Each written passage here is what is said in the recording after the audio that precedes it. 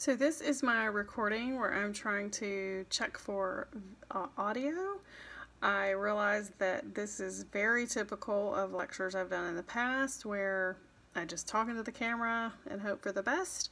I don't have any background noise going on, but I'm also, I don't have any kind of microphone attached. It's just whatever the mic is, usually on my computer or my phone, and so I'm not exactly sure how this will sound. I am going to experiment with it. If I get closer, I assume that it probably gets louder, and farther away probably gets a little quieter. And I tend to be somewhat soft-spoken when I'm speaking normally, if I'm not loudly lecturing to the class.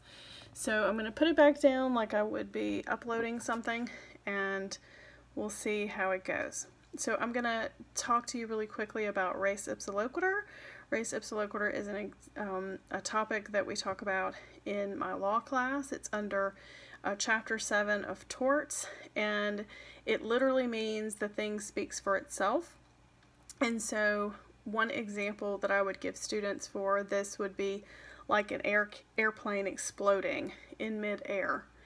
An airplane ordinarily would not explode under mid-air, so there must be something definitely wrong, and it would be a tort where all of the people on the plane, their loved ones, could sue for that, because there has to be some negligence somewhere, because it literally means the thing that speaks for itself, which is like an airplane would not normally explode on its own. It's designed to fly. It's designed to get from one location to the next. So it shouldn't explode just just flying in the air, just like a car. The Yugo shouldn't have exploded. The Chevy, what's the most recent one? Oh, the electric Chevy ones that explode when they're going down the road. The Volt, certainly you shouldn't, that shouldn't happen. Cars and planes are not designed to explode when doing what they would do in a normal, ordinary course of business, which is to provide transportation from one location to the next. So without that, without there being some negligence somewhere, then there wouldn't be an explosion. So you have to have the defendant, the person who is flying the plane or driving the car, it has to be under their instrumentality, has to be under their control.